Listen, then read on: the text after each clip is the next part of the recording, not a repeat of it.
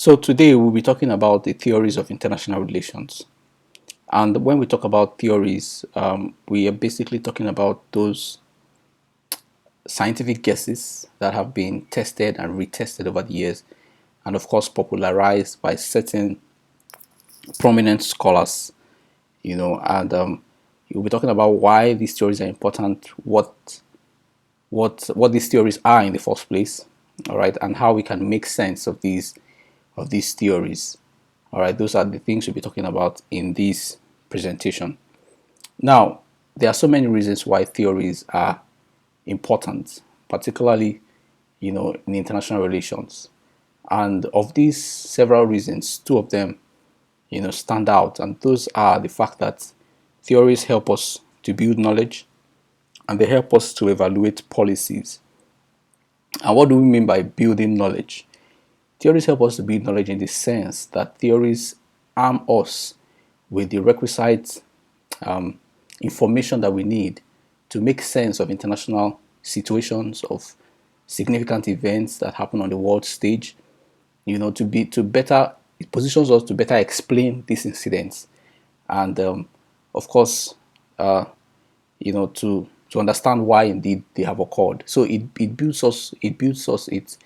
equips us with the relevant knowledge that we need, to make sense of the various things that happens in our complex international system. And of course, secondly, is the fact that they help us to evaluate policies, be they regional policies or national, international policies.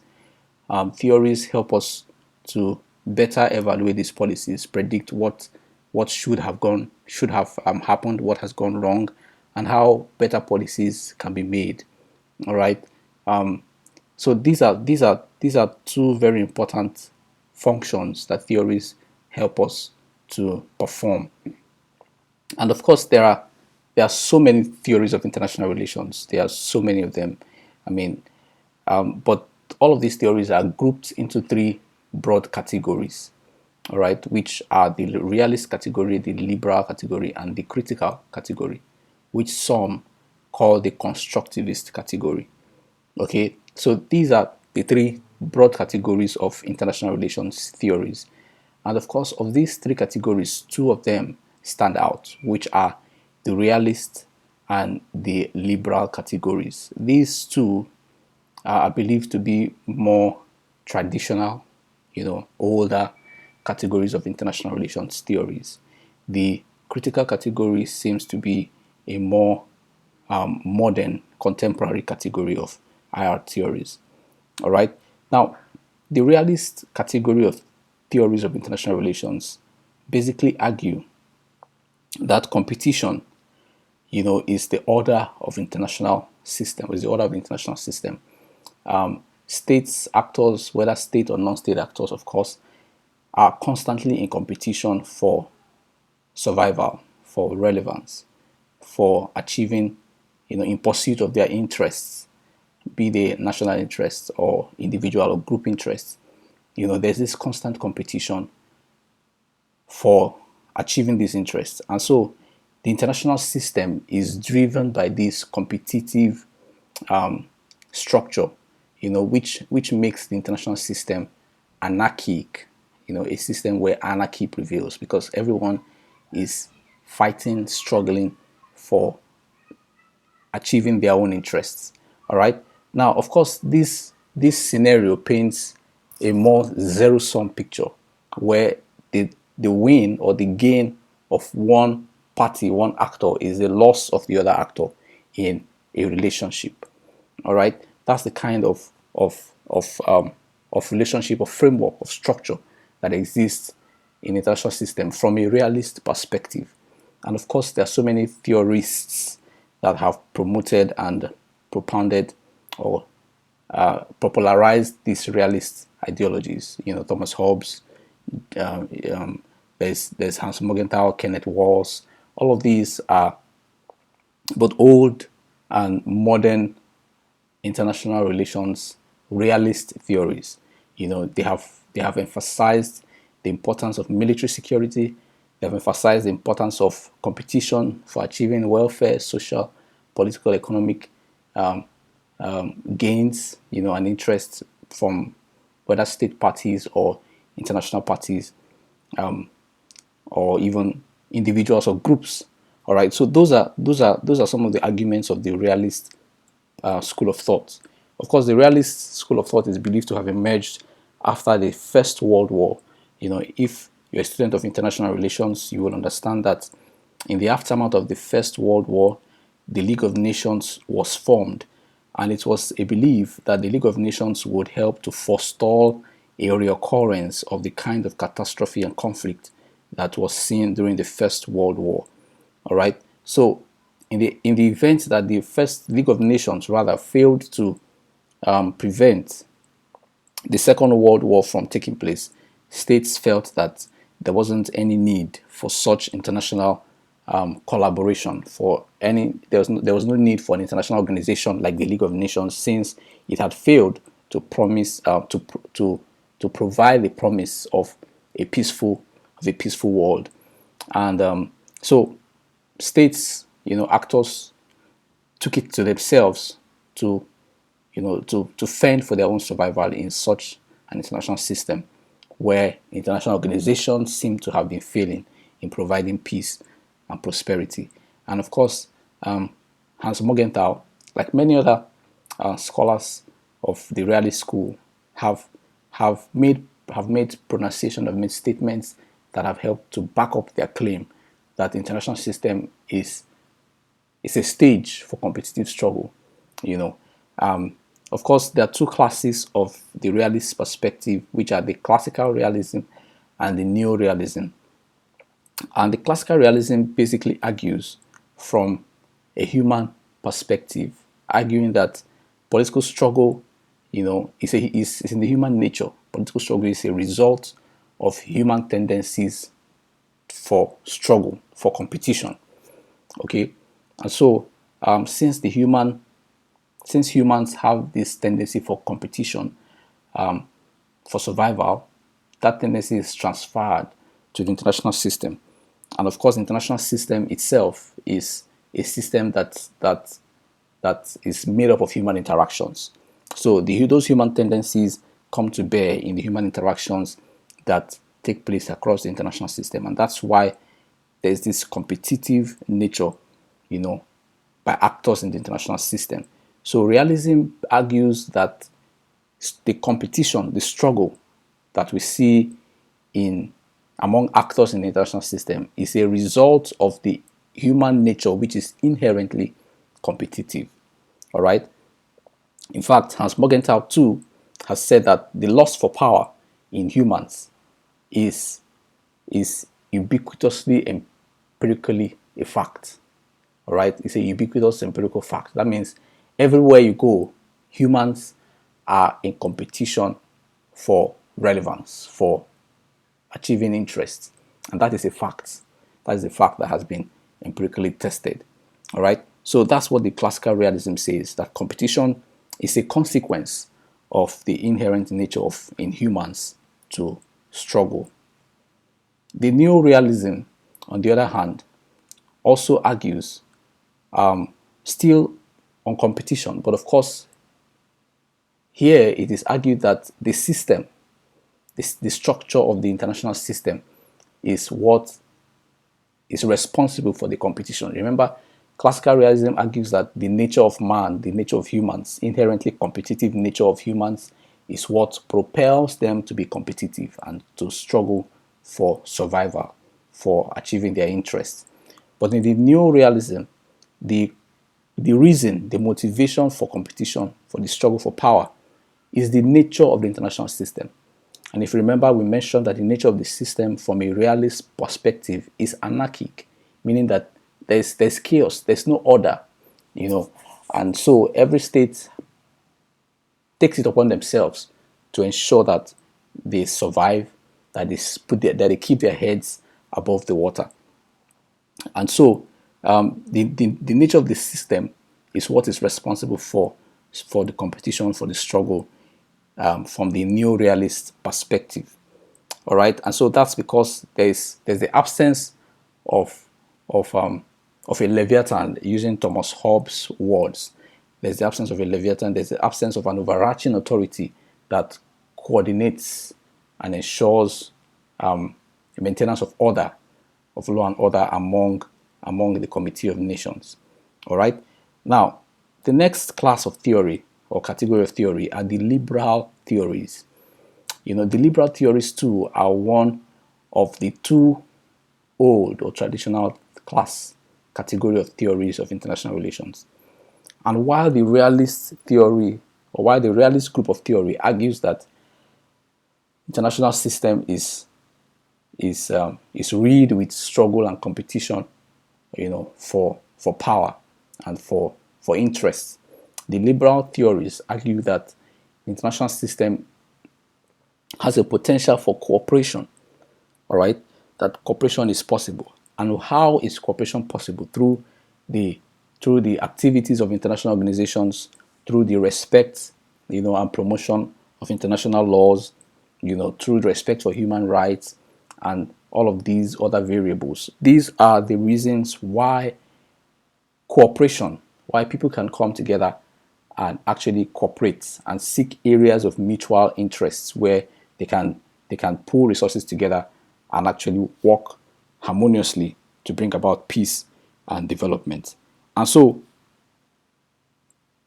this kind of arrangement brings about a non-zero sum structure of relationship. Remember, in the realist group, the structure of relationship is zero sum, where the win of one actor is the entire loss of another actor. But here, there seems to be some win-win situation. There's compromise. Compromise exists, and so no actor completely wins and no actor completely loses, because the two actors in the relationship come together and reach a compromise. They win some, they lose some, and that's what a non-zero sum structure of relationship entails. All right, like I said, the liberal category of theories also emphasizes consideration for individuals, respect for human rights, respect for the rights of property and the right to life and all of those other things, respect for culture, for values, ideologies that individuals hold dear. All right, these are also some of the variables that are in place in the liberal or under the liberal category. And of course, like the realists too, there are significant theorists that have helped to popularize this view. Okay, of course, we mentioned that international organizations have a very pronounced role in the liberal structure, in the liberal group of theories. And just like the realist category, the liberal category also has two subgroups or two subcategories, which are the classical liberals and the neoliberals. The classical liberals, like the classical realists, also argue that cooperation, is possible because the human nature is liable to cooperate. Inherently humans have a cooperative tendency. So while humans have a competitive nature, humans also have a cooperative nature. And that is what the classical liberals argue, that humans can also come together and cooperate. They can also come together and reason things out and dialogue issues out. And if you're familiar with Thomas Hobbes' State of Nature and John Locke's social contract, then you are able to put this in better perspective. The state of nature, as Thomas Hobbes argued, was a state or a condition where human society was anarchic, where life was short, was brutish, was nasty, because there was an absence of a Leviathan. And Thomas Hobbes' argument was that the institution of a Leviathan, or a government in this sense, was the only condition upon which law and order could prevail in society. All right.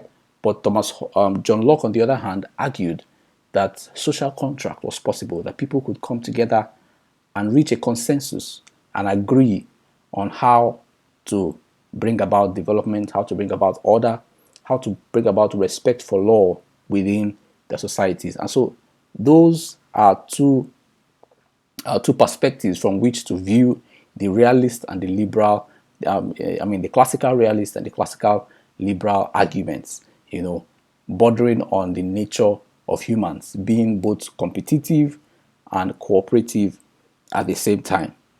All right. The new liberals, like the new realists, also argue that the reason for cooperation in international system is also a result of the nature of the system, right? Remember that the new realists argue that the system is anarchic, and that is what has resulted in the competitive struggle among actors, for power.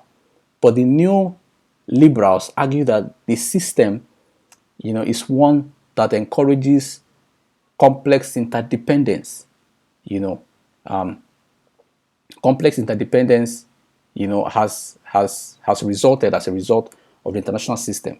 You find out that there's economic cooperation, there's social exchange, there's human exchange, human interaction is increasing, and of course, with the advent of globalization, there's even much more interaction and integration of the human society. And so, this complexity in the interdependence of man, in the human society, is what has propelled and necessitated, against all odds, has necessitated a cooperation among actors in the international system.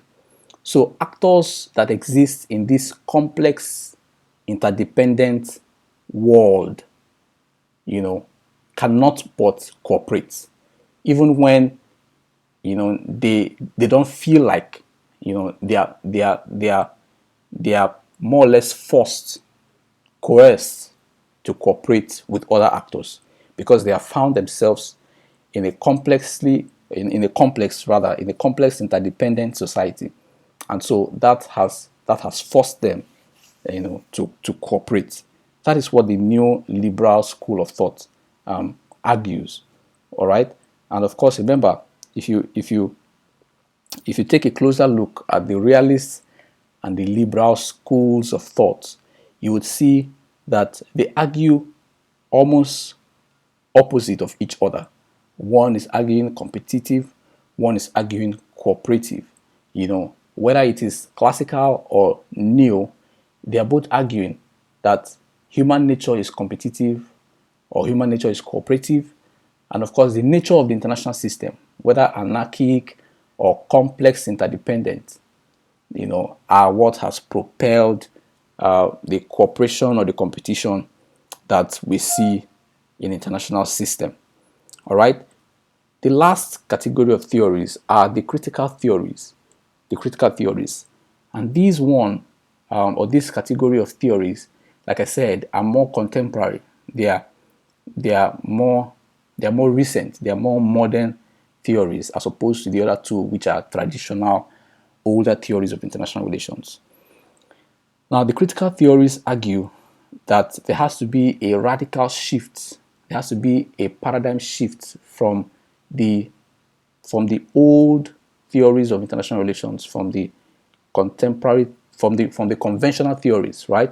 From the older traditional theories, there has to be a radical shift, into a more open, a more dynamic way of thinking about international relations, about international system, and about actors in this system and the behaviors of these actors. All right, and the critical theories elevate the importance of interactive processes. Interaction that is brought about as a result of ideas, either the thoughts of people or the opinions people have, and the ways of ventilating these ideas in discourses, communications, dialogue. These two elements, ideas and discourse, or communication and thoughts, are very key aspects of this interactive process that brings about a new structure, of international, a new structure of relevant, of reality in international system. If I can use that word. And so the critical theorists argue that structure, what we see as political reality, all right, is influenced by the ideas people have and the ways by which people ventilate these ideas. these are what have resulted in structure or what we consider to be political reality. And so for the critical theorists, actors like states, international organizations, international laws, all of these, the critical theories consider to just be structures that have been shaped, by the ideas of individuals, by the discourse of individuals and groups. These are what has shaped or what have shaped these realities. And they also argue, the critical theorists also argue, that in addition to physical security, in addition to material well-being, in addition to national security, issues of ideologies, issues of culture, issues of morality, issues of value, are also very, very essential and must be a very key part of the discourse around international relations as well. All right. Some of the prominent critical theories that exist are the constructivist theory. Remember, I said constructivism is most of the time used interchangeably with the critical theories, and perhaps that's because constructivist theory is one of the very key critical theories that exist, and so maybe that's why they are sometimes used interchangeably. But the constructivist theory is also a theory of international relations. It's one of the theories of international relations. And the constructivist theory argues that the world is socially constructed. Our ideology of international relations, the structures that we see, our idea of political reality is socially constructed. All right. And since it is socially constructed, remember we said that ideas, beliefs, communication, discourse are what influence the interactions that go on and create structures. And so if constructivists say that the social reality is political reality is constructed, it means that it is constructed by these two variables of ideas and discourse. These are what has constructed political reality as we know it. And so political reality for the constructivists can also be reconstructed. All right, we can deconstruct and also reconstruct what we see as reality. It's all a matter of the ideas that we express and the channels through which those ideas are expressed. So reality is always under construction. The constructivists say it's always under construction. It can always be amended. It can be adjusted to suit individuals, organizations, or groups, depending on the kinds of conversations that go on within these groups or within these societies or individuals. The next prominent critical theory is the feminist theory, and of course, this is also another theory that has gained so much relevance in the contemporary international relations discourse. The feminist theory argues that men and women are independent subject categories. Of course, if you look at the realist and the liberal theories very closely, you will see that these theories, directly or indirectly, tend to exalt, or subject one of these two classes, men and women. Basically tend to subject women to men. Tend to promote the role of men as opposed to those of women. And so the feminist theory argues that men and women are independent subject categories, and as such, they must be treated independently. Each of them being significant, contributing significantly to the discourse and the reality that unfolds in the international space. All right. It also argues that women are not located in any specific domestic sphere, which of course some of these other older theories, directly or indirectly too, have alluded to.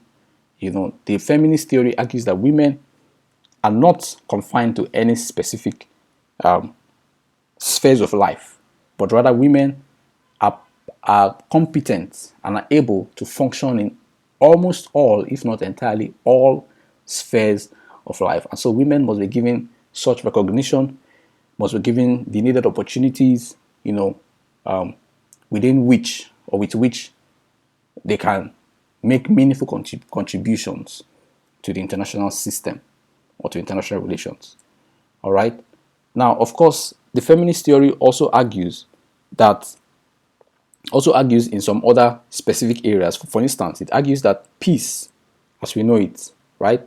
Peace, as we know it, from a feminist perspective, includes issues of gender equality, of social equality, includes issues of welfare equality, includes issues of social justice, all right? And it's not entirely restricted to the absence of war, as the realists will want us to believe, or the liberals want us to believe, that peace, has to do with the absence of war and, of course, the absence of violence or violent conflicts. But the critical realists, especially the feminists, also argue that peace includes other issues: social justice, welfare, human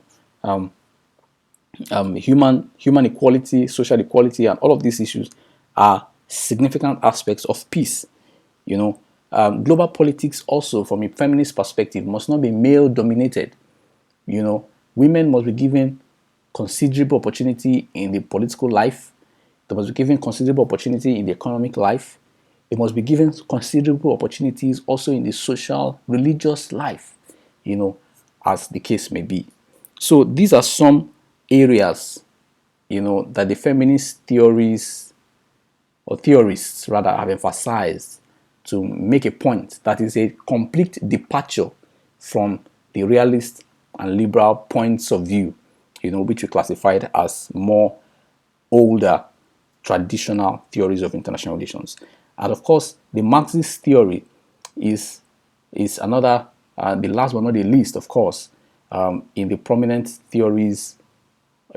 critical theories of international relations. The Marxist theory, of course, was propounded by Karl Marx, and the Marxist theory argues that capitalism, or what is called capitalist globalization, the globalization of capitalism, political capitalism, economic capitalism, social capitalism, religious capitalism, these capitalist globalizing tendencies are a major source of instability, of inequality, of marginalization, of exploitation in the international system. That's what the Marxists argue. But of course, they argue this from a more economic perspective rather than a more economic political perspective rather than social religious perspectives. All right. And of course, the Marxists argue that society basically is divided into two classes. There's the few who are, of course, the proletariats.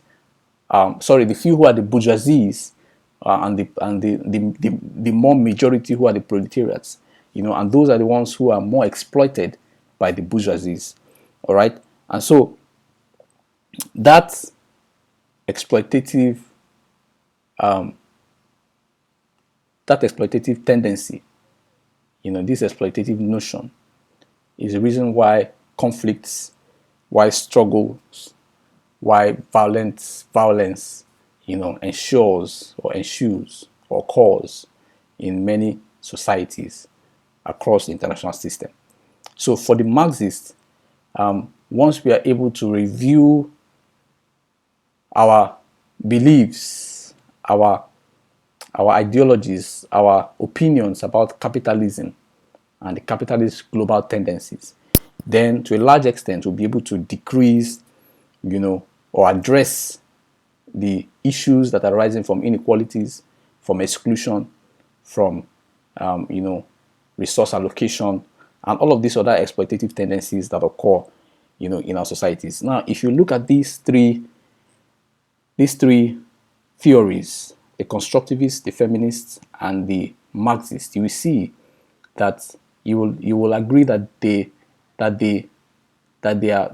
are quite different from the other two categories of theories, the realist and the liberal. These ones argue more radically. The arguments are more transformative. The arguments are a breath of fresh air, and that's the point that the critical theories are making. That there are other issues that are of very much importance in international relations as opposed to competition, and cooperation. And of course, these other issues deserve sufficient attention as these, as the realist and the liberal theories have had over the years in international relations. Now, here is a diagram that helps to explain or to put in proper perspective these three categories of theories. We see here that the human nature from a realist perspective is pessimistic, it's more self-interested, it's more self-centered, it's more competitive. That's the human nature from a realist perspective. But from a liberal perspective, it's more optimistic. There's the tendency for cooperation, there's a tendency for alliance formation, there's a tendency for collective security and all of that. But of course, from the critical theory, it is neutral. In terms of the human nature, it is more neutral. The core concepts from a realist perspective are concepts of power, concepts of interest, concepts of conflict. But from a liberal perspective, the concepts of interdependence, all right, concepts of competition, alliance formation. These are the concepts that are key to the liberals. For the criticals, concepts like ideas, values, culture, communication, language, these are key concepts for the critical theorists. The political stakes for the realists are always zero sum, because I want to completely maximize all the opportunities there are and ensure that my gain is the loss of the entire opponent, is the entire loss of my opponent. But the liberal perspective sees, or the political stakes for the liberals are more non-zero sum. There's compromise, and of course the same goes for the critical. The international system, from a realist perspective, is anarchic, like we said. There's the absence of an overarching authority. There's the absence of a global governance system. And so states are left, to decide the nature, the kinds of interests they want to pursue and how they want to go about pursuing those interests. All right. For the liberals, of course, the system is also anarchic, and that is why cooperation is important. Because of course this anarchy has resulted in a kind of complex interdependence, and so states are more or less compelled to cooperate rather than compete, in order to ensure international peace and order. All right. For the critical, of course, reality is constructed, right? That's what the critical theories argue. And so whether the international system is anarchic or it is complexly interdependent, all of these are just a construction, that have resulted from the ideas, from the communications over the years. And of course, these reality can also be reconstructed when and how individuals intend to do so. The policy prescriptions, rather, from a realist perspective, are prescriptions to pursue self-interest. The realists are more concerned with self-interest, national interest, to preserve power, to maximize power, and ensure that they expand all the opportunities that they have to be the hegemony, to occupy a hegemonic role.